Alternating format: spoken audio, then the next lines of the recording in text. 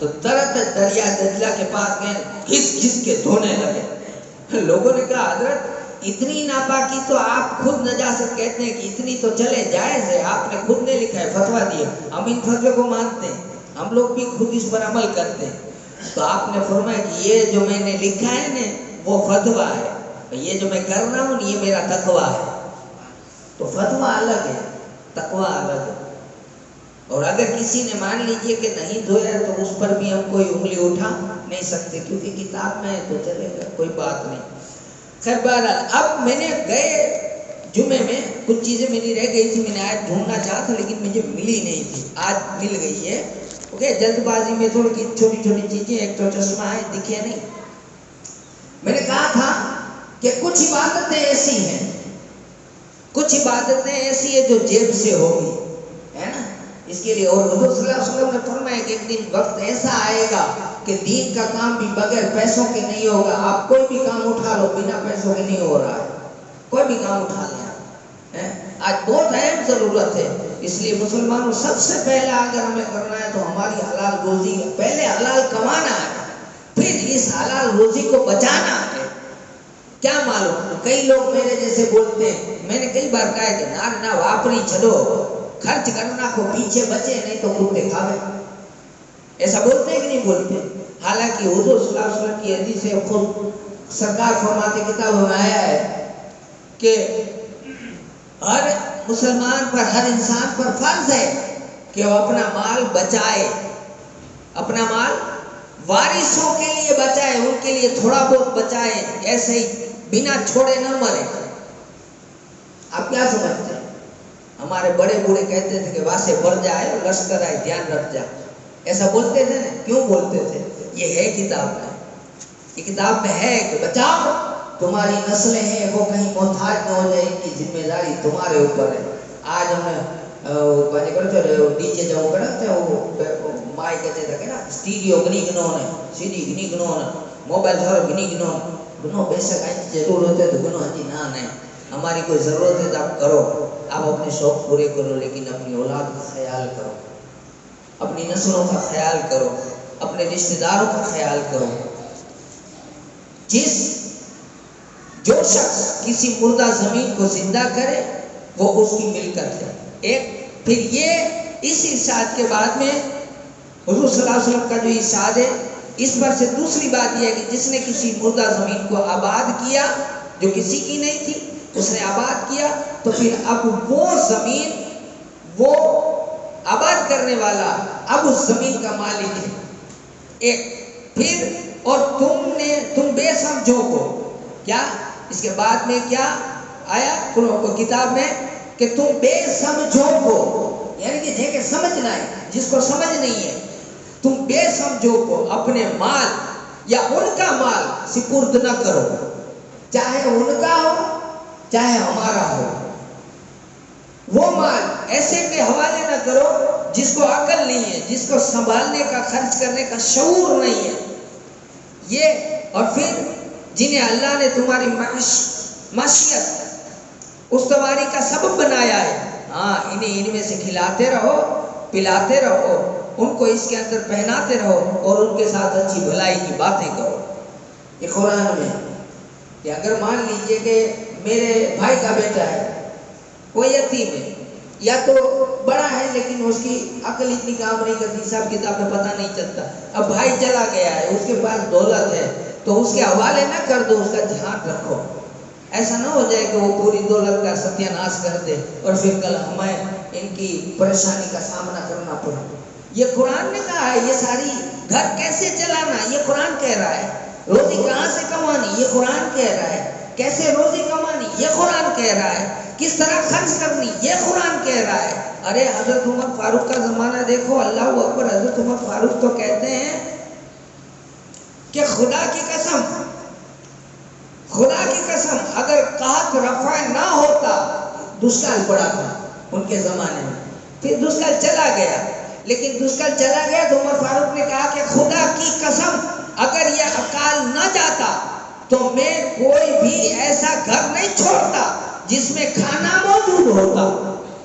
اکال پڑے سمجھ لو کہ دشکال پڑے. ابھی جیسے کورونا سسٹم سمجھ لو کہ کورونا میں لاک ڈاؤن ہو گیا تھا اور اس میں ہر گھر کی پریشانی تھی. لوگ بھالے کرتے تھے کہ بھئی کسی کے گھر میں کھانا ہے نہیں ہے, پہنچا ہوتا تھا کہ نہیں ہوتا تھا. تو عمر فاروق کے زمانے میں ایسا ہوا تھا کیا کہ اکال پڑ گیا تھا, اکال پھر چلا گیا. تو عمر فاروق نے کہا وہ تو ٹھیک ہے کہ اللہ نے کرم کر دیا, لیکن اگر ایسا نہ ہوتا اور لوگ بھوکمری کا شکار ہوتے تو میں ایسا کوئی گھر نہیں چھوڑتا کہ جس میں کھانا ہوتا, جس میں کھانا ہو, کہ ایڑو کوئی گھر جس میں کھانا ہو موجود ہوتا, مگر اس کے افراد کے برابر دیگر مستحقین اور محتاجین کو اس میں کلیتاً داخل نہ کر دیتا. یعنی کہ کوئی کے چھڑت نہ, کسی کو چھوڑتا نہیں.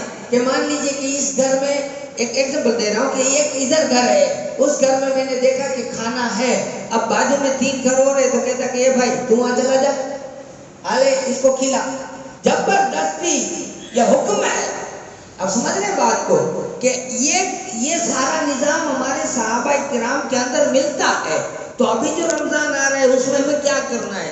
ہمیں اگر اللہ نے پاک دولت دی ہے, اگر اللہ نے ہمارے پاس پاک روزی دی ہے تو نیت اس نیت سے کہ اللہ راضی ہو جائے, رسول کی امت کو, ہمارے بھائیوں کو, ہمارے سماج کو کہیں ہاتھ پھیلانا نہ پڑے, بیاج سے لینا نہ پڑے, اس نیت سے اپنے بھائیوں کی مدد کرو. یہ سب سے بڑی بات کہہ رہا ہوں میں آپ کو, اپنے بھائیوں کی اس نیت سے مدد کرو. اپنے سماج کو جھکنے نہ دو, اپنے سماج کو, اپنی سوسائٹی کو جھکنے نہ دو. یہ سب سے بڑی عبادت ہے جس سے اللہ راضی ہو جاتا ہے.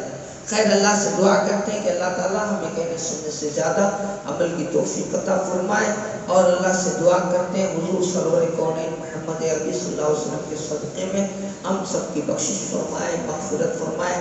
اور آج شام کو مجلس بھی ہے, پہلے تو مغرب کی نماز کے بعد میں یہ مغرب کی نماز ہوگی, اس کے بعد یاسین شریف دعائیں وغیرہ ہوگی. رات کو عشاء کی نماز کے بعد مجلس ہوگی انشاءاللہ, اور مرحوموں کے لیے دعائیں ہوگی. باہر جہاں کہیں بھی میری آواز پہنچ رہی ہے تو وہ لوگ سارے پاک صاف ہو کر کے عصر کی نماز بعد تیار ہو جائے. اترے کے صاف شدھ کچھی بھاشا میں 5 وگے وینجی دوئینے تیار تھی رونجا باپا انٹانے بھلے نہ پگا پر سنجے پگی من جا تو شام کو پہنچ جا. اور رات میں دعائیں خیر ہوگی, نفل نماز جو بھی پڑھنا چاہے. نفل کا مسئلہ بتا دو, کئی لوگ آ کر کے پوچھتے ہیں کہ باپو کتنی نماز پڑھنے کی, یہ پرچہ لاؤ, وہ پڑھے باپا پرچے کے چھڑو, صاف لکھا ہے جس کی فرض باقی ہو اس کی نفل قبول نہیں. تو کیا کریں گے؟ نہیں پڑھیں گے؟ پڑھیں گے, لیکن جو بھی نیت, جیسے مان لیجیے مجھے نفل پڑھنے, میں کیا کروں گا؟ نیت کی میں نے وقت نماز فجر کی, اب رات کو فجر ہے نہیں, لیکن وہ قضا ہے. نیت کی میں نے وقت نماز فجر کی میری عمر کی سب سے پہلے, حساب نہیں, میری عمر کی سب سے پہلی. جب آپ سب سے پہلی کہو گے تو اللہ کو پتہ ہے کہ کہیں چھٹی ہے, پہلی کہی ہے. اب وہ پہلی فرض پڑھ لی آپ نے فجر, اس کے بعد پھر کہو اب نیت کی میں نے 4 رکعت ظہر فجر, 4 رکعت ظہر فرض میری عمر کی سب سے پہلے, اصل میری عمر کی سب سے پہلے, یہ جو میری قضا ہو گئی, میری چھوٹ گئی ہے, تو یہ جو قضا ادا کرو گے نا تو 2 ثواب اللہ دے گا, قضا بھی ادا ہو جائے گی اور نفل کا بھی ثواب مل جائے گا. تو یہ یاد رکھیے, آپ قضا ادا کریں. رات میں نفل پڑھیں گے, بے شک پڑھیں گے, لیکن وہ نفل وہ پڑھے کہ جس کی کبھی زندگی میں ایک چھوٹی نہیں ہے. تو قضا خاص ادا کیجئے گا. اللہ سے دعا ہے کہ اللہ کہنے سننے سے زیادہ عمل کی توفیق عطا کرے. واخر دعوانا الحمدللہ, السلام علیکم.